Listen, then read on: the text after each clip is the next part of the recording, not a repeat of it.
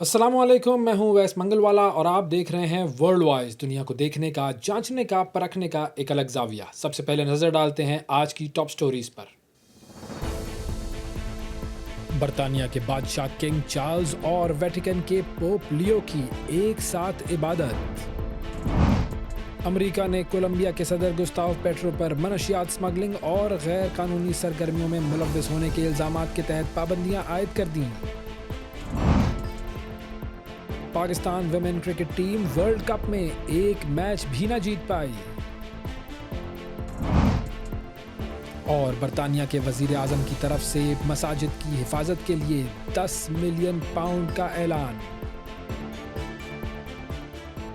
Top stories आपने देखी नाजरीन, अब बढ़ते हैं खबरों की तफसील की तरफ और सबसे पहले आपको लेकर चलते हैं वेटिकन सिटी, जहां पर तारीख रकम हुई है। बर्तानिया के बादशाह किंग चार्ल्स और पोप लियो ने जुमेरात को वेटिकन के तारीखी सिस्टीन चैपल में एक साथ दुआ की, एक साथ इबादत की, जो कि 1534 में इंग्लैंड के पोप से अलहदगी के बाद पहली बार किसी बरतानवी बादशाह और पोप की मुश्तरका इबादत थी। ऐलानात के मुताबिक मुक़द्दस जो चैपल है उसमें लातीनी और अंग्रेज़ी ज़बान में इबादत की गई, जहाँ पर माइकल एंजेलो की जो मशहूर पेंटिंग है द लास्ट जजमेंट, उसके नीचे दोनों रहनुमाओं ने अमन और इत्तेहाद के लिए दुआ की।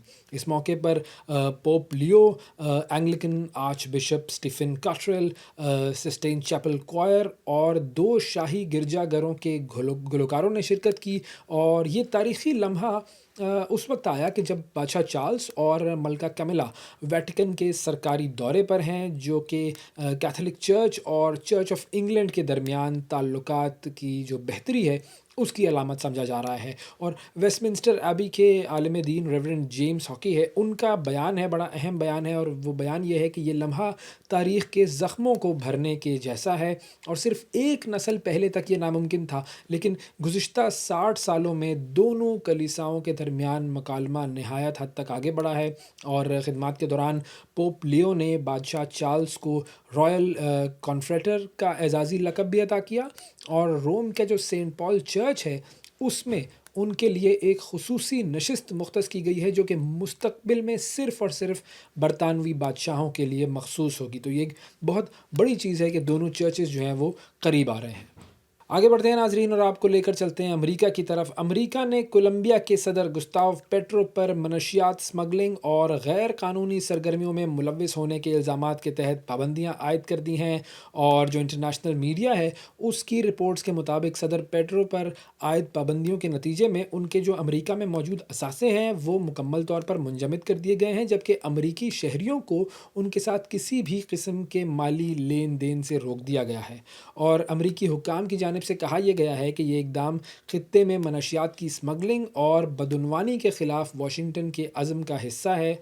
और दूसरी जानिब कोलंबिया की हुकूमत ने अमरीकी फ़ैसले पर शदीद रद्द-ए-अमल देते हुए इसे सियासी नौइयत का करार दिया है। और सदर पेट्रो का जो दफ्तर है वहाँ से जारी बयान में ये कहा गया है कि ये पाबंदियाँ कोलंबिया के अंदरूनी मामलात में मुदाखलत के मुतरादिफ हैं। और जो इंटरनेशनल मीडिया एनालिस्ट्स हैं वो बेसिकली ये कह रहे हैं कि ये इकदाम दोनों ममालिक के दरमियान जो ताल्लुकात हैं उसमें मज़ीद तनाव पैदा कर सकता है। अगली खबर की तरफ हम आपको लेकर चलते हैं तुर्किया की तरफ। तुर्किया में तारिकीन वतन की कश्ती उलट गई है और हादसे में 17 अफराद हलाक हो गए हैं। गैर मुल्की मीडिया के मुताबिक कश्ती उलटने का ये वाक़या जो है ये तुर्किया के साहिली शहर बोदरम के करीब है, बहेरा एजियन, वहाँ पर ये पेश आया है। और कश्ती में कम से कम 18 अफराद सवार थे और हादसे में 17 अफराद हलाक हुए हैं, जिनमें 16 तारिकीन वतन थे और एक इंसानी स्मगलर शामिल था। और गवर्नर ऑफिस की तरफ से जो बयान जारी किया गया है उसमें बताया यह गया है कि एक अफ़गान शख्स जो कि इस हादसे में ज़िंदा बचा था वो तैर कर साहिल तक पहुंचा और उसने हुक्काम को हादसे की इत्तला दी थी। ये जो अफ़गान शहरी था उसने इमरजेंसी सर्विसेज को बताया कि 18 अफराद कश्ती पर सवार हुए थे, लेकिन कुछ ही देर के बाद कश्ती में पानी भर गया और वो डूब गई थी। एक और ख़बर भी हमने आपको दी थी, कल ही एक और कश्ती के डूबने का वाक़या था और आज ये ख़बर हमारे सामने आई है। ये वाक़यात तवातुर से, तसलसल से सामने आते जा रहे हैं और वजह वही है कि लोग बेहतर मुस्तक़बिल की तरफ जाने की कोशिश करते हैं लेकिन बढ़ते हैं अपनी मौत की तरफ। आगे बढ़ते हैं नाजरीन और अब बात करते हैं कुछ पाकिस्तान क्रिकेट की। पाकिस्तान की ख़वातीन क्रिकेट टीम वर्ल्ड कप खेलने के लिए श्रीलंका गई हुई थी और वर्ल्ड कप जो ख़वातीन का हो रहा था उसमें पाकिस्तानी जो क्रिकेट टीम है उसकी परफॉर्मेंस नहायत नाकिस रही, नहायत ही बुरी परफॉर्मेंस। सेकंड लास्ट नंबर पर ये टीम आई है और पाकिस्तान अपने जो मैचेस में से एक मैच भी ना जीत सका। कुछ मैचेस ऐसे थे कि जिनमें पाकिस्तान की कारकर्दगी अच्छी रही, लेकिन वो मैचेस जो हैं वो बदकिस्मती से वो बारिश की नज़र हो गए, तो उन मैचेस में भी पाकिस्तान को फ़तह ना मिल सकी। एक एक पॉइंट दे दिया गया दोनों टीमों को। तो पाकिस्तान की जो टीम है उसकी नाकिस तरीन कारकर्दगी रही। ख़वातीन की क्रिकेट टीम को हम हमेशा बकअप करते हैं, हमेशा सपोर्ट करते हैं, लेकिन जब नाकिस कारकर्दगी हो तो उस पर बात भी करनी चाहिए।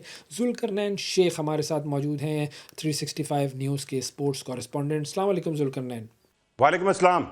जुल्करनैन, ये बताइएगा कि ये जो पाकिस्तानी विमेन टीम है ये वर्ल्ड कप में एक मैच भी ना जीत पाई और ज़ाहिर है कुछ मैचेस में परफॉर्मेंस अच्छी रही, लेकिन फिर बारिश की वजह से बदकिस्मती हमारे साथ आ गई। तो अब बजट में 3 गुना इजाफा हुआ है अगर हम टीम की बात करें तो। उसके बावजूद भी जो टीम की वर्ल्ड कप में परफॉर्मेंस है वो बुरी तरीन रही। तो इसकी वजह आपको क्या लगता है कि क्या है?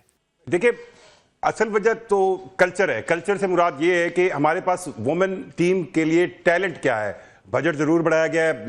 पहले एक हद तक 22 से 23 करोड़ रुपए सालाना बजट था, उसको 70 करोड़ तक लेके गए हैं। और कुछ थोड़ा सा मुझे यूं लगता है कि इस टूर्नामेंट में पाकिस्तान की खवातीन लकी भी नहीं रही हैं, अनलकी रही हैं, क्योंकि 2-3 ऐसे मैच थे जिनमें वो अगर फिनिश कर देती, जिसमें बारिश या आ गई है या वो समझे जैसे उन्होंने ऑस्ट्रेलिया को पकड़ लिया लेकिन बाद में उसको फिनिशिंग टच नहीं दे सकी, तो शायद वो बच जाती। हाँ, क्वालिफाइंग जो पाकिस्तान के अंदर वर्ल्ड कप क्वालिफाइंग हुआ था उसमें पाकिस्तान की वुमेन टीम पूरे मैच जिस तरह जीती और उस क्वालिफाइंग को जीता, तो शायद हमारी उम्मीद भी ज्यादा थी।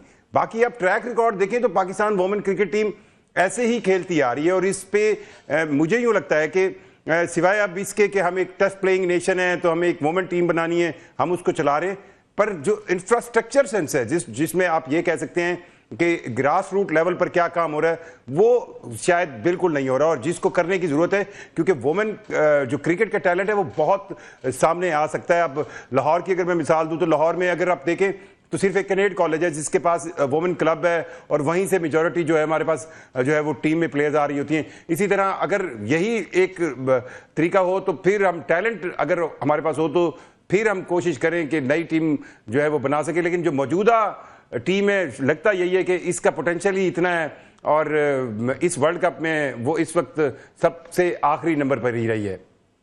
अच्छा, टीम में तब्दीली हुई, कप्तान की तब्दीली हुई, तो क्या हम ये कह सकते हैं कि मेंस क्रिकेट टीम की तरह विमेंस क्रिकेट टीम भी सियासत का शिकार है और यही वजह है कि उसकी परफॉर्मेंस इतनी ख़राब है? अवैस भाई, ये बहुत अच्छा मतलब एक एंगल कह लें। खुद पाकिस्तान क्रिकेट बोर्ड के चेयरमैन मोहसिन नकवी ने पिछले दिनों अपनी एक गुफ्तगू में कहा था कि हमने वुमेन्स क्रिकेट से सियासत को अब जो है वो बाहर निकाल दिया है और वुमेन्स क्रिकेट जो है वो अब सही ट्रैक पर है। ये तो सियासत तो बिल्कुल आती है आपकी जो कहें मेंस क्रिकेट वाली सियासत है, वही साइंस आपको वुमेन क्रिकेट में नजर आएगी। और यहां तक आप मतलब अब दिलचस्प कह लें कि जिस तरह पाकिस्तान की मेंस क्रिकेट टीम ज्यादा फ्लॉप बैटिंग में होती है, वुमेन टीम भी वैसे हो रही है। आप सारे मैचेस देख लें, bowling comparatively Pakistan women team की अच्छी रही, लेकिन बैटिंग जो है वो कोलैप्स कर जाती थी, बिल्कुल जैसे पाकिस्तान की मेन टीम जो है उसकी बॉलिंग और बैटिंग का डिफरेंस आता है कि बॉलिंग स्ट्रेंथ है और बैटिंग बिल्कुल नहीं चलती। हाँ, अब अगर आपने ये करना है कि जिस तरह मेंस टीम में आप कहते हैं पोस्टमार्टम और फिर आप एक कप्तान दूसरा, तो मोहम्मद वसीम मेरा ख्याल है रिपोर्ट जरूर मांगी है चेयरमैन पाकिस्तान क्रिकेट बोर्ड ने और अब उस पर कुछ रिएक्शन भी आएगा, कोई रिव्यू भी आएगा, लेकिन मोहम्मद वसीम को अगर आप एज ए कोच देखें इस वुमेन्स टीम के साथ तो उनकी कारकर्दगी मतलब मेरे ख्याल में अच्छी रही है। अब इससे कोई मुतफिक नहीं है। ये वो वुमेन टीम है जो वर्ल्ड कप के लिए क्वालिफाई नहीं कर सकी थी। ये वो वुमेन टीम है जिसको मोहम्मद वसीम ने, जुनैद खान ने इतना बिल्डअप किया कि जब पाकिस्तान के अंदर वुमेन्स वर्ल्ड कप क्वालिफायर हुआ तो ये टीम जो है वो टॉप पर रही, सबसे ऊपर रही। सो ये क्रेडिट देना चाहिए। हाँ, ये टूर्नामेंट जो है इसमें मतलब अब फर्क ये है कि अगर आप अभी इस टेबल को देखें, सबसे जो ऊपर 3 क्वालिफाइंग टीम्स हैं वो तो गोरी टीम है, ऑस्ट्रेलिया है, अफ्रीका है, इंग्लैंड है। चौथे नंबर पर आपके पास इंडिया खड़ी है। अब इंडिया के पॉइंट्स मतलब एक आधा मैच आप अगर जीत जाते तो आपकी फेस सेविंग हो सकती थी। लेकिन जब आप बिल्कुल कोई मैच नहीं जीते, अब कोई एक दो मैच, अब श्रीलंका का मौसम ऐसा है कि वहां पर इस मौसम में बारिशें होती हैं, और ये वर्ल्ड कप जो वुमेन वर्ल्ड कप है श्रीलंका तक पहुंचा ही तभी, वरना तो मेजबानी इंडिया की थी, क्योंकि हम जो है वो इंडिया जाकर नहीं खेल सकते। बहरहाल किस्मत भी साथ नहीं दिया, और थोड़ा बहुत मेरा ख्याल है कि एक रिपोर्ट आने के बाद कोई थोड़ा बहुत इफेक्ट जरूर शो कराया जाएगा, लेकिन कंसिस्टेंसी, मतलब अगर मुस्तकिल मिजाजी से मोहम्मद वसीम को टाइम दिया जाए तो इसमें इंप्रूवमेंट आ सकती है। पर वो मोहम्मद वसीम भी क्या करेगा, जो अवेलेबल टैलेंट है, जो उनको दस्तयाब टैलेंट है, उसके अलावा वो कहां से जो है नया टैलेंट लाएगा? उस टैलेंट को हमें बिल्डअप करना होगा। एक आप कहें ना, एक थोड़ा सा ग्रास रूट लेवल पर भी वुमेन का स्ट्रक्चर बनाना होगा, तभी आप किसी मैनेजमेंट को कह सकते हैं। और वैसे भी अगर आप चाह रहे हैं कि वुमेन टीम रिकंस्ट्रक्ट करे दोबारा, इसकी आप कह रहे हैं कि हम इसको बिल्डअप करना चाह रहे हैं, तो फिर आपको टीम मैनेजमेंट को कम से कम एक सर्टेन टाइम देना पड़ेगा, वरना तो फिर ये वही म्यूजिकल चेयर है जिस तरह मेंस क्रिकेट में चल रही है, वुमेन्स क्रिकेट में भी चलेगी। अच्छा, अगर हम बोर्ड की बात करें तो बोर्ड में ब्यूरोक्रेसी को भर देना, यानी मतलब जो क्रिकेट प्रोफेशनल्स हैं उनकी जगह ब्यूरोक्रेट्स मामलात संभाल रहे हैं, तो इससे क्रिकेट को कितना नुकसान पहुंच रहा है?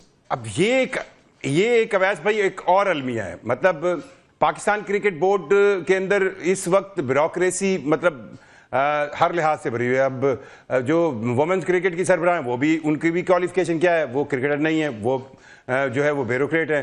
तो अब इस चीज को कहीं ना कहीं टैकल करने की कोशिश की जा रही है कहीं में। मतलब पिछले दिनों हमने ये बात सुनी कि जी डायरेक्टर इंटरनेशनल क्रिकेट जो है उस्मान वाला को हटाकर जो है वो मिसबाहुल हक को लगाया जाएगा। मिसबाहुल हक की अपनी जो क्वालिफिकेशन है वो MBA भी है। सो इस तरह की तो कोई बात शायद पहली बार एक्सपेरिमेंट हो, पर जो मौजूदा क्रिकेट बोर्ड है या पिछले भी बोर्ड रहे हैं, आप ये देख लीजिएगा कि नॉन क्रिकेटिंग पर्सनैलिटीज को, जिनका क्रिकेटिंग कोई एक्सपीरियंस नहीं होता, उनको लाया जाता है। अब ये एक स्ट्रक्चर है, कल्चर है पाकिस्तान का कि इस तरह के स्ट्रक्चर में जो है वो लोग ओब्लाइज होते हैं।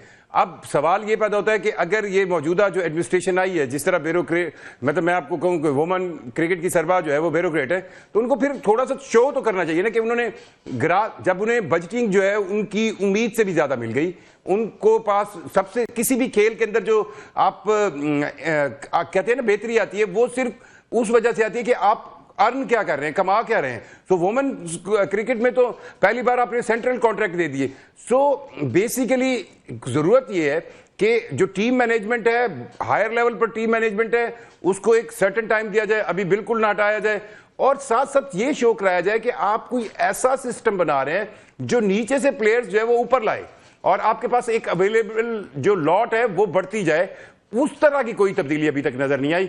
आप देखते हैं कि शायद इस वुमेन्स वर्ल्ड कप के बाद कुछ पॉजिटिविटी नजर आए, लेकिन अब तक यही लग रहा है कि एक रिपोर्ट मांगी जाएगी और उस रिपोर्ट के बाद जो है शायद किसी एक आधे को उड़ाकर जो है हिसाब किताब पूरा कर लिया जाएगा। अच्छा, एक और चीज़ मैं आपसे जानना चाहूँगा, क्या विमेन क्रिकेट टीम की जो बुरी परफॉर्मेंस है उससे ICC फंडिंग पर भी असर पड़ सकता है? अब ये बहुत इंपॉर्टेंट सवाल है जिसको हम लॉन्गर, अवैस भाई, अगर आप ICC का मतलब जब फंडिंग तकसीम होती है वो बहुत से मुख्तलिफ चीज़ों पर डिपेंड करती है। मतलब ये तो आपको भी पता है, मुझे भी पता है कि ICC के जो कमाई है उसमें सबसे बड़ा पोर्शन इंडिया लेता है। पाकिस्तान जो है वो 5.85% जो है वो उसका हिस्सा मिलता है। अब जब ये पोर्शन डिवाइड होते हैं तो उसमें बहुत से फैक्टर्स जो है वो काउंट होते हैं। इसमें आपकी team performance, men's team performance, women team performance, women cricket के लिए आप क्या क्या कर रहे हैं, क्योंकि ICC के जो नए रूल्स हैं उसके तहत जो है वुमेन क्रिकेट को खास तौर पर ऐसे ममालिक जैसे पाकिस्तान है, बांग्लादेश है, श्रीलंका है, इनमें डेवलप करने के लिए कुछ ऐसी शराइत होती हैं जिसमें आप अगर अमल करें तो आपकी फंडिंग जो है वो मेंटेन रहती है या बढ़ती है, और अगर आप उस पर अमल ना करें तो कम भी होती है। सो वुमेन टीम की परफॉर्मेंस अल्टीमेटली एक, आप कहें अगर आप इसको बेहतर नहीं बनाएंगे तो आने वाले दिनों में आपका वो जो ICC से मिलने वाला हिस्सा है वो रिड्यूस होगा। सो ये जहन में रखें कि अगर वुमेन क्रिकेट पर आप इन्वेस्ट करेंगे तो आपको वापस इन्वेस्टमेंट भी मिलेगी। मतलब कोई अगर ये सोच रहा है कि यार आपने 24, 25, 30 करोड़ रुपए वाले बजट को बढ़ा के 70 करोड़ रुपए कर दिया, तो आप ये जहन में रखें कि अगर ये टीम परफॉर्म करे, अभी ये वर्ल्ड कप था, अगर ये टीम 2 मैच जीत जाती और टॉप 4 की रैंकिंग में कहीं आ जाती तो आप एक बहुत बेहतरीन अंदाज में जाते हैं, और जो आपने 40-50 या 30 करोड़ रुपए बढ़ाए हैं उससे भी डबल आपको इन सेंस ऑफ फंडिंग वापस मिल जाता।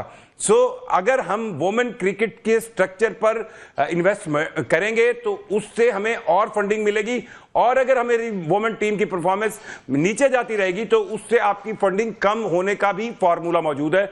और इसको किसी न किसी लिहाज से पाकिस्तान क्रिकेट बोर्ड के अंदर बैठे हुए दरखेज दिमागों को भी सोचना चाहिए कि वो किस लिहाज से वुमेन टीम को डेवलप करें कि इस टीम पर लगाए गए पैसे इसी के जरिए वापस आ जाए। और अगर ये परफॉर्म नहीं करेगी तो जाहिर बात है आप और मैं दोनों सब जो है क्रिकेट को प्यार करने वाले हैं, क्रिकेटिंग नेशन है, तो हम तो चाहेंगे कि मैदान में पाकिस्तान के अगर नौजवान खेल रहे हैं क्रिकेट के मैदान में तो खवातीन भी खेलें और वो भी परफॉर्म करें और वो भी जीत के आए। हम ये तो नहीं चाहेंगे ना कि पाकिस्तान की वुमेन टीम हमेशा ही 8वें में से 8वें नंबर पर रहे। इस लिहाज से पाकिस्तान क्रिकेट बोर्ड को एक स्ट्रक्चर बिल्डअप करना चाहिए, और इसके अंदर पाकिस्तान क्रिकेट बोर्ड की अपनी इन्वेस्टमेंट से कुछ ज्यादा नहीं होगी, बल्कि उनको इनहांस आईसीसी से फंडिंग जो है मैसर होगी। जुल्करनैन, ये मुझे बताइएगा कि पाकिस्तान की जो ख़वातीन हैं जो क्रिकेट खेल रही हैं उनमें कुछ बड़ी अच्छी ख़वातीन भी हैं, बड़ी अच्छी परफॉर्मेंस उनकी तरफ से सामने आई हैं, तो ये जो विमेन खिलाड़ी हैं ये गैर मुल्की लीग्स क्यों नहीं खेलती हैं, और इस हवाले से बेहतरी के लिए क्या इकदाम किए जा सकते हैं? ये सबसे इंपॉर्टेंट चीज अवैस भाई, इसको यूं देखें, अगर आप इसको उल्टा देखें, अगर हमारी वुमेन क्रिकेट टीम को आप सबसे जो दूसरा बड़ा मसला है वो एक्सपोजर है, हमें एक्सपोजर हमारी खवातीन को मिल नहीं रहा, वो इंटरनेशनल इतने विजिट नहीं कर रही। अब अगर आपको एक विजिट अपनी टीम को कहीं करवाना है तो उस पर कितना खर्चा आएगा, और फिर मेंस टीम कहीं जाती है तो मेजबान टीम को कमाई होती है, मेजबान बोर्ड को वो आपको बड़ा बुलाते हैं, इस तरह आपके पास कोई टीम आती है तो आपको कमाई होती है। वुमेन क्रिकेट के अंदर कमाई नहीं होती। जो असल चीज है, अगर आपको दूसरी लीग्स में मौका नहीं मिल रहा तो जो पाकिस्तान सुपर लीग है इसके भी अगर आप पूरा चार्टर पढ़ें तो इसमें भी वुमेन टीम्स की डेवलपमेंट है। तो चाहिए तो ये कि अगर आप वुमेन क्रिकेट को बिल्डअप करना चाहते हैं तो जितनी भी फ्रेंचाइजीज हैं उनको आप लाजमी कहें कि वो एक वुमेन टीम बनाएं, और वुमेन प्लेयर्स जो दुनिया भर से आप बुलाएं वो इतनी महंगी भी नहीं होंगी, और पीएसएल के बजट से ही एक ऐसी लीग बिल्डअप की जा सकती है जिसके अंदर आपकी वुमेन्स को international Australian, English, South African women's के साथ खेलने का भी मौका मिलेगा। और जब आप उनको अपनी लीग्स में बुलाएंगे तो अल्टीमेटली आपकी प्लेयर्स निखर के आएंगी तो वो भी उस लीग में जाएंगी। मैं तो जो आपने अवैस भाई सवाल उठाया इसको इस तरह करता हूं कि क्यों आप पाकिस्तान के अंदर एक ऐसी वुमेन लीग शुरू करें जिसमें आप गैर मुल्की प्लेयर्स को बुलाएं, यहाँ की वुमेन्स को एक्सपोजर हो, एक मेला भी लगे, और फिर जो पाकिस्तानी लोकल लड़कियों को इंटरनेशनल के साथ ड्रेसिंग रूम शेयर करने को मिले, उनको सेंस आए, उनको उनकी फिटनेस सेंस पता चले, वो किस तरह की डाइटरी यूज कर रही है, किस तरह वो अपने आप को खेल के साथ मुताबिकत में ला रही हैं। ये चीजें जब बिल्डअप होंगी, और अगर आपके लोकल जब कोई लीग होगी जिसमें 7 अच्छी टीमों की वुमेन प्लेयर्स खेल रही होंगी और आपकी प्लेयर्स जब उभर के आएंगी तो नो डाउट कि उनको वेस्ट के अंदर भी एक ओबलाइजिंग मिलेगी, उनको बुलाया जाएगा। अब ये इंतजार करना कि वो हमें क्यों नहीं बुला रहे, हमें अपनी प्लेयर्स को एक्सपोजर देने के लिए एक लोकल लीग सेंस में पीएसएल के साथ जो है इस तरह का एक एक्सपेरिमेंट करना चाहिए, और उससे आप देखिएगा कि पाकिस्तान के अंदर वुमेन क्रिकेट का टैलेंट जो है वो बहुत मतलब एक बहुत तेजी से जो है वो निखर कर सामने आएगा, और हमारे पास एक बहुत बड़ी लॉट आ सकती है वुमेन क्रिकेटर्स की। इतना बड़ा मुल्क है, हम 24-25 करोड़ की आबादी है, और आज के दौर में पाकिस्तान के अंदर लड़कियां खेलना चाहती हैं, तो उनको अगर पैटर्नाइज कर दें, उनको चैनलाइज कर दें तो हमें बहुत अच्छे रिजल्ट मिलेंगे। बहुत शुक्रिया अदा करेंगे। जुल्करनैन शेख हमारे साथ मौजूद थे, स्पोर्ट्स कॉरेस्पॉन्डेंट 365 न्यूज़ के, और बात हो रही थी कि पाकिस्तान की जो ख़वातीन की क्रिकेट टीम है नाक़िस तरीन कारकर्दगी रही उनकी वर्ल्ड कप में। अब रुख करते हैं गज़ा का, जहाँ पर गुज़िश्ता कुछ दिनों में कुछ अजीब सी चीज़ें हो रही हैं। एक तरफ तो जंगबंदी हुई, लेकिन फिर जंगबंदी के हवाले से हमने देखा कि उसकी खिलाफ वर्जियाँ की गई इसराइल की तरफ से। फिर अब इसराइली कैबिनेट ने जो मगरबी किनारा है उसको ज़म करने का बिल मंजूर कर लिया है। अमेरिका उसकी मुखालफत कर रहा है। एक अजीब मामला सा चल रहा है। इस हवाले से हम बात करते हैं। मंसूर जाफ़र साहब हमारे साथ मौजूद हैं, सीनियर एनालिस्ट हैं। अस्सलाम वालेकुम मंसूर साहब। वालेकुम अस्सलाम। सर, ये जो गज़ा मुआहदे के होते हुए इसराइली कैनेसेट ने मगरबी किनारे को ज़म करने का ये गैर कानूनी बिल जो है ये मंजूर किया है, तो इसराइली जंग के अज़ाइम तो अब खुलकर सामने आ रहे हैं। इसराइल जो है वो 1994 से पहले वाले इसराइली कब्ज़े की वापसी चाहता है। तो आप क्या कहेंगे इस हवाले से? इसमें कोई शक नहीं कि इसराइल अब तक जो कुछ भी करता है वो गैर कानूनी ही है। तो ये जो हालिया कनीसेट की तरफ से लेजिस्लेटिव करारदाद मंजूर की गई है, जिसमें गर्ब उर्दन को इसराइली रियासत में जम करने के हवाले से मंजूरी दी गई है, तो ये उसी जो एक स्याह तारीख है इसराइली पार्लियामेंट की, इसराइल की और उसके सरपरस्तों की, उसमें एक नए बाब का इजाफा है।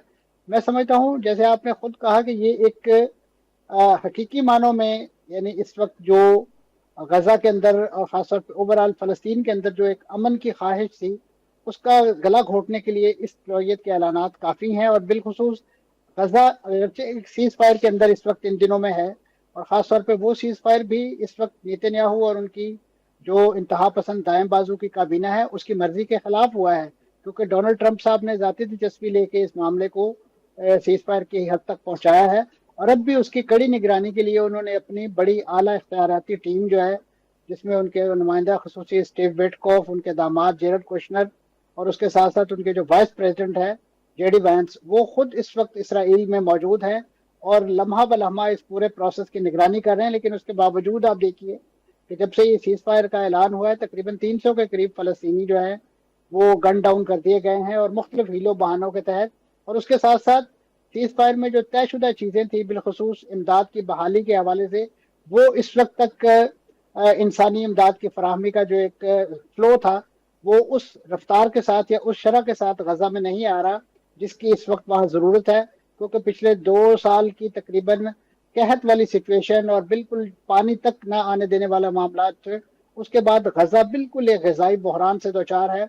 और उसके बारे में न सिर्फ खुद फ़लस्तीनी चीख पुकार कर रहे हैं, बल्कि आलमी इदारे, जिसमें अक़वाम मुत्तहिदा के जो ऑनरवा, उनके झैली इदारे, दीगर बहुत सी बैन अवी NGOs जो ह्यूमैनिटेरियन काम करती हैं, वो तमाम के तमाम बैक जुबान होके इस वक्त एक बड़ा फ्लो ऑफ जो ह्यूमैनिटेरियन एड है उसकी डिमांड कर रही हैं। लेकिन इसराइल उसकी राह में भी आज भी रुकावट बना हुआ है। और उसके साथ साथ अपने जो तस्वीर पसंदाना अज़ाइम, आप देखिए कि इस वक्त ये जितना भी एजेंडा इस वक्त नेतन्याहू और उनकी काबीना लेके चल रही है, ये इस वक्त बराह रास्त टकराव में है अमरीकी इंतजामिया के उस एजेंडे के साथ, कि जो इस खत्ते के हवाले से उन्होंने रिसेंटली प्लान आउट कर रखा है या चाक आउट कर रखा है। क्योंकि एक तरफ तो जो डोनाल्ड ट्रंप है वो अपनी हर तकरीर का आगाज और ख़त्म इसी बात पे करते हैं कि बस आज नहीं तो कल इब्राहिम अकॉर्ड का दूसरा मरहला जो है वो साइन हुआ चाहता है, और उसमें कतार अंदर कतार बहुत से अरब और खलीजी ममालिक समेत दीगर इस्लामी ममालिक भी इसमें शामिल हो जाएंगे। लेकिन उस इब्राहिम अकॉर्ड को दस्तखत या नॉर्मलाइजेशन के लिए जो शराइत आलम इस्लाम या बिलखसूस आलम इस्लाम के जो सरखेल सऊदी अरब ने रखी हैं, उसकी तरफ तवज्जो किसी की नहीं जाती है। अच्छा, अब अगर हम डोनाल्ड ट्रंप की बात करें तो डोनाल्ड ट्रंप ने इस बात को नाकाबिले तस्लीम अमल करार दिया है, लेकिन हम जानते हैं कि डोनाल्ड ट्रंप जो है वो किस तरीके से बात करते हैं कि जो उनको वो इसराइल की कितनी सपोर्ट करते हैं और किस तरीके से उनकी एपेक की उनको सपोर्ट हासिल है, एपेक की ईमा पर वो मुंतखब हुए हैं, वो इसराइल के ख़िलाफ़ क्या कर लेंगे? जी, ये तो सिर्फ और सिर्फ सियासी बयानात हैं। आप देखिए कि इससे पहले उन्होंने एक किसी तरह का एक जैसे कहने ने शो पीस या इस तरह की हरकत की कि जब नेतन्याहू उनसे मिलने न्यूयॉर्क गए, तो उन्होंने टेलीफोन अपनी झोली में रख के और डायल करके उनको पकड़ा दिया कि ये आप कतर के अमीर से माजरत करें, माफ़ी मांगे कि आपने उन पर हमला किया था। हालांकि वो हमला उनके इल्म और इजाज़त के साथ हुआ था, लेकिन उन्होंने दुनिया को आंखों में धूल झोंकने के लिए और अश्कशोई के लिए कतर की वो, तो इसराइल तो इस नौयत के कई ऐसी इकदाम कर चुका है कि जिस पर पर्दापोशी के लिए खुद इसराइल को आना, अमेरिका को आना पड़ा है। यही वजह है कि इसराइल को इस बात का यकीन है कि अमरीकी इंतजामिया जो भी ऐलानात करती रहे, चाहे वो हमें इसका इजाज़त दे कि हम वेस्ट बैंक को एनेक्स करें या हम जिस पर दिल चाहे हम हमला कर दें, इसी नौयत के हमले उन्होंने ईरान पर भी कर दिए थे। और अब इस नौयत के इकदाम करके डोनाल्ड ट्रंप साहब दुनिया को ये बावर करवाना चाहते हैं कि शायद नेतन्याहू उनके काबू से बाहर हो गए हैं। और यही वजह है कि इस वक्त वो सीज फायर को भी तकरीबन हर रोज़ ही एक नई वायलेशन उसकी रजिस्टर की जा रही है, रिकॉर्ड की जा रही है। और नेतन्याहू इस नौयत के बयान दे के अपनी डोनाल्ड ट्रंप इस नौयत के बयान दे के अपनी बेबसी जाहिर करने की कोशिश करते हैं, जबकि हकीकत हाल इसके बरक्स है। अगर आज अगरचे आपने बात सही कही है कि वो आईपैक की एक सपोर्ट या एक यहूदी लॉबी की सपोर्ट उनके साथ मौजूद है, लेकिन आप देखिए कि उस यहूदी लॉबी की सपोर्ट का क्या कीजिए कि जिसने आपको पूरी दुनिया से काट के रख दिया है। यूरोप इस वक्त सारा आपके खिलाफ सड़कों पे है, आपकी पॉलिसियों के खिलाफ सड़कों पे है। आपने पूरी दुनिया के साथ ट्रेड वॉर जंग मोल ले रखी है। तो क्या अमेरिका और इसराइल दोनों ही ऐसे मुल्क हैं कि जिन्होंने दोनों ने ही इस दुनिया में अकेले ही सरवाइव करना है, उन्हें बाकी किसी दूसरे तीसरे मुल्क की जरूरत नहीं है? अगर तो उन दोनों मुल्कों ने ये फैसला कर लिया है तो फिर ठीक है, आने वाले दिनों में इसका फैसला भी हो जाएगा कि ये दो किस अंदाज से पूरी दुनिया को बुली कर सकते हैं, या उनकी अकदार या उनकी वैल्यूज या उनका जो सिस्टम है उसको तज सकते हैं। लेकिन मैं समझता हूँ कि अब पानी जितना ज्यादा पुलों के नीचे से गुजर चुका है, अब ये बात नेतन्याहू के लिए भी नविश्ता दीवार है और खुद अमेरिकन इंतजामिया के लिए भी। यही वजह है कि आपको इस वक्त डोनाल्ड ट्रंप साहब की जो टोन है वो बहुत ज्यादा तब्दील दिखाई देती है। वो बार बार इस बात का तो धमकी देते हैं कि अगर हमास ने हथियार ना डाले तो हम उसे तहस नहस कर देंगे, लेकिन इसके साथ साथ उन्होंने एक बार भी हमास पर सीज फायर वायलेशन का इल्जाम नहीं धरा। मैं समझता हूँ ये एक बड़ी शाबाश भी है उनकी तरफ से, और एक लिहाज से उम्मीद भी है कि अगर तो वो इसी अंदाज से, इसी स्पिरिट से इस सीज फायर को सपोर्ट करते रहे तो नेतन्याहू जैसे जारे जो हैं, जो काबिज हैं, उनको भी अपने सरपरस्त आला अमेरिका की बात मानना पड़ेगी। अच्छा, अगर इज़राइल मगरबी किनारे पर कब्ज़े का इरादा रखता है, तो ग़ज़ा जो है वो ग़ज़ा और जो मुज़ाहिमत है, जो हमास की मुज़ाहिमत है, वो तो ख़ैर ग़ज़ा में होती है, लेकिन अगर ऐसा होता है, तो ये अमन मुआहदे की तो ख़िलाफ़ वर्ज़ी है, तो क्या जंग फिर से शुरू हो सकती है? इसराइल ने तो अमली तौर पर तो उसका कोई ऐसा इकदाम नहीं उठाया कि जिसे हम कहें कि इसराइल इस माहदे पर अमल कर रहा है। वो तो सिर्फ और सिर्फ टाइम बाय कर रहा है, और उसके साथ साथ गर्ब उर्दन पर कब्जे के हवाले से ऐलानात करके वो अपने अज़ाइम भी वाज़े कर रहा है। तो लिहाजा इसराइल का एजेंडा तो इस वक्त दुनिया के सामने, जिसे कहना चाहिए, वो नविश्ता दीवार के तौर पे सामने है। और यही वजह है कि मैं समझता हूँ कि इस वक्त अमेरिकन इंतजामिया जो है उसे एतमाद नहीं रहा, उसका जो एतमाद का डेफिसिट है वो बहुत ज़्यादा बढ़ता जा रहा है इसराइल के साथ।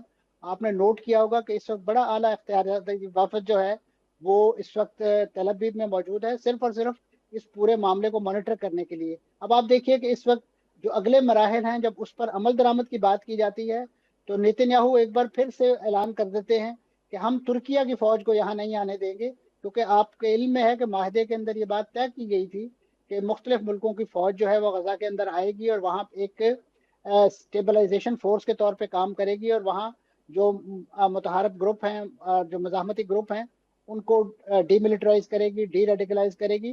तो अब अगर आपने मुस्लिम दुनिया की फौज को भी गाजा में नहीं आने देना, तो फिर कौन सी ऐसी तीसरे मुल्क की फौज है, कौन सा यूरोपीय मुल्क है कि जो अपने फौजियों को इस अंदाज में एक तरन वाला बना के, और ख़ासतौर पे बिखरे हुए फ़लस्तीनियों के और भूखे और अफलास के मारे हुए फ़लस्तीनियों के, यानी आप कह सकते हैं उस मुल्क में या उस इलाके में भेजेगा?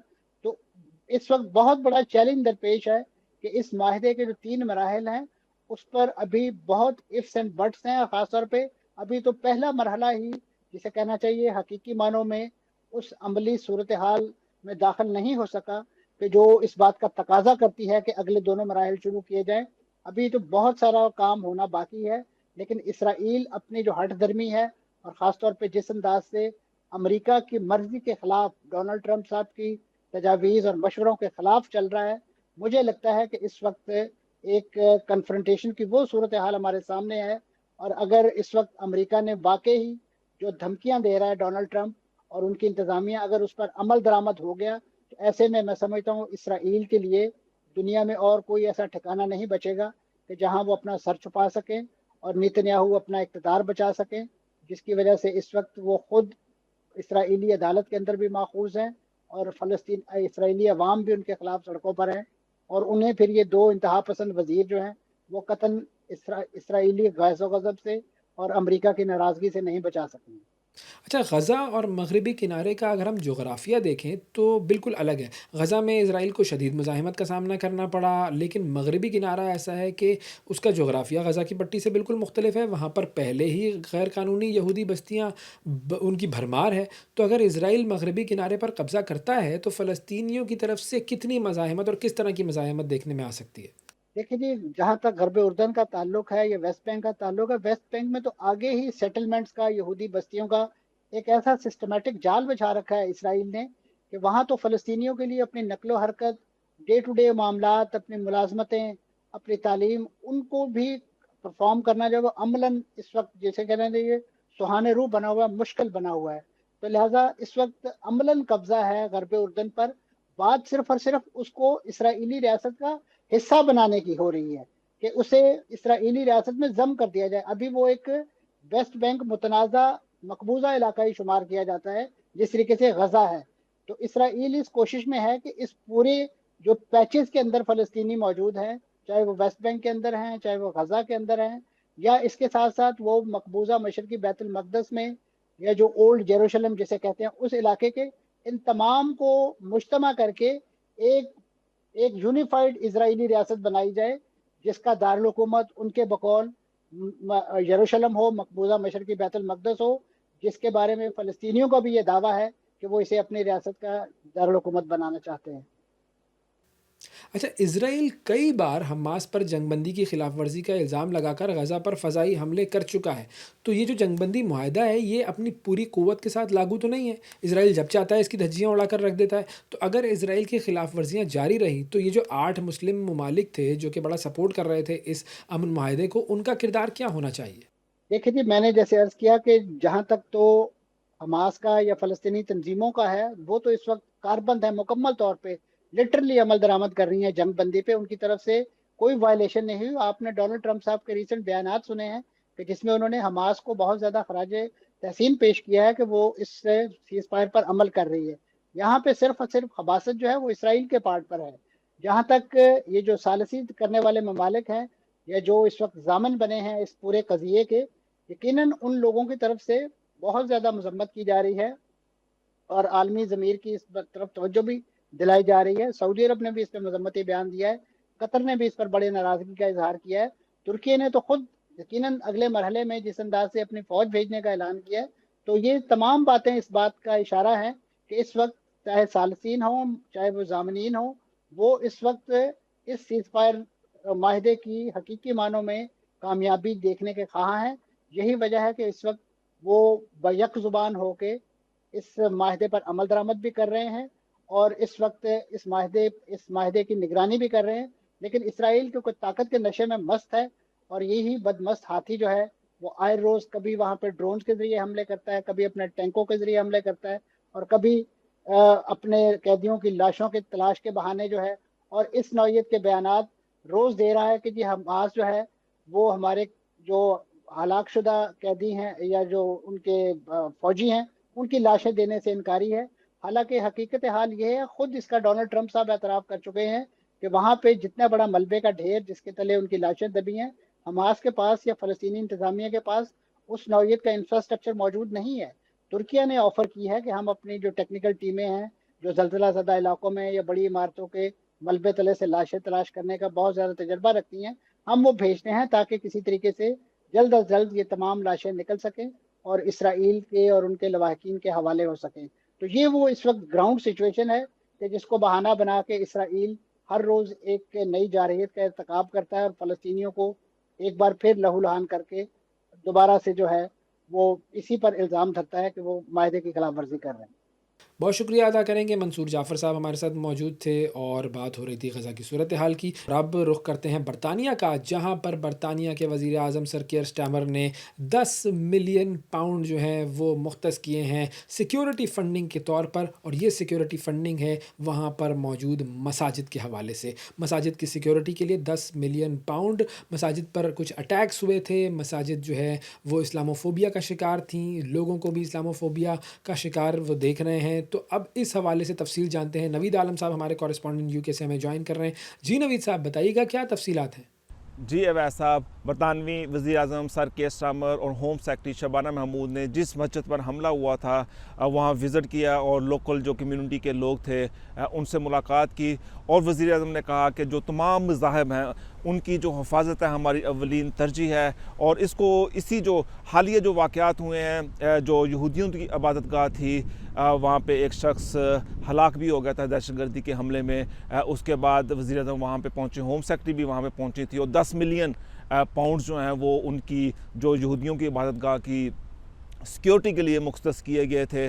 उसके बाद उस वाक़े के बाद यहूदियों की इबादत गाह के जब हमला हुआ तो उसके चंद रोज़ बाद मुसलमानों की एक मस्जिद को आग लगाने की कोशिश की गई, लेकिन जो वहाँ पे कोई जानी नुकसान नहीं हुआ, सिर्फ मस्जिद को कुछ नुकसान पहुँचा। उसके बाद हुकूमत पर शदीद दबाव था कि जब यहूदियों की इबादतगाह या यहूदियों के ख़िलाफ़ कोई ऐसा दहशतगर्दी का वाक़या होता है तो पूरी जो बरतानवी हुकूमत है वो यकजा होके उसके ख़िलाफ़ आवाज़ बुलंद करती है। लेकिन जो ही मुसलमानों के ख़िलाफ़ ऐसे वाक़यात होते हैं तो हुकूमत की तरफ से वो जोश नज़र नहीं आता। इसी दबाव की वजह से जो मुस्लिम कम्युनिटी थी उन्होंने मिल के दबाव डाला है, और दूसरे जो रिलीजन्स हैं उन्होंने भी मिल के दबाव डाला है कि अगर बरतानवी माशरा एक सेकुलर माशरा है तो उसकी ये ज़िम्मेदारी बनती है कि तमाम मज़ाहिब की जो सिक्योरिटी है, जो सेफ्टी है, उसको बराबरी की सतह पर देखा जाए।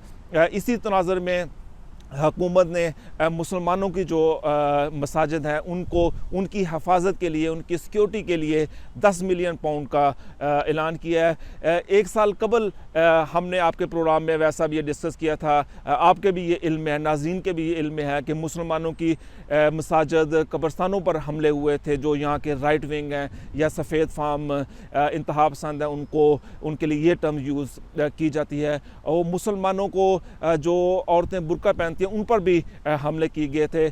मुसलमान इस सूरत हाल से काफ़ी परेशान थे और गैर यकीनी जो सूरत हाल थी मुसलमानों के लिए, अब उसमें शबाना महमूद जो कि होम सेक्रेटरी हैं, वज़ीर आज़म और दूसरे जो हुकूमती वज़रा हैं उन्होंने खुलकर इसको कंडेम किया है और कहा है कि तमाम जो मज़ाहब है उनकी सेफ्टी हमारी अवलीन तरजीह है। जी, बहुत शुक्रिया अदा करेंगे। नवीद आलम साहब हमारे साथ मौजूद थे, हमारे नुमाइंदे यूके से, और बात हो रही थी कि 10 मिलियन पाउंड सिक्योरिटी फंडिंग बरतानिया की मसाजिद के लिए मुख्तस की गई है।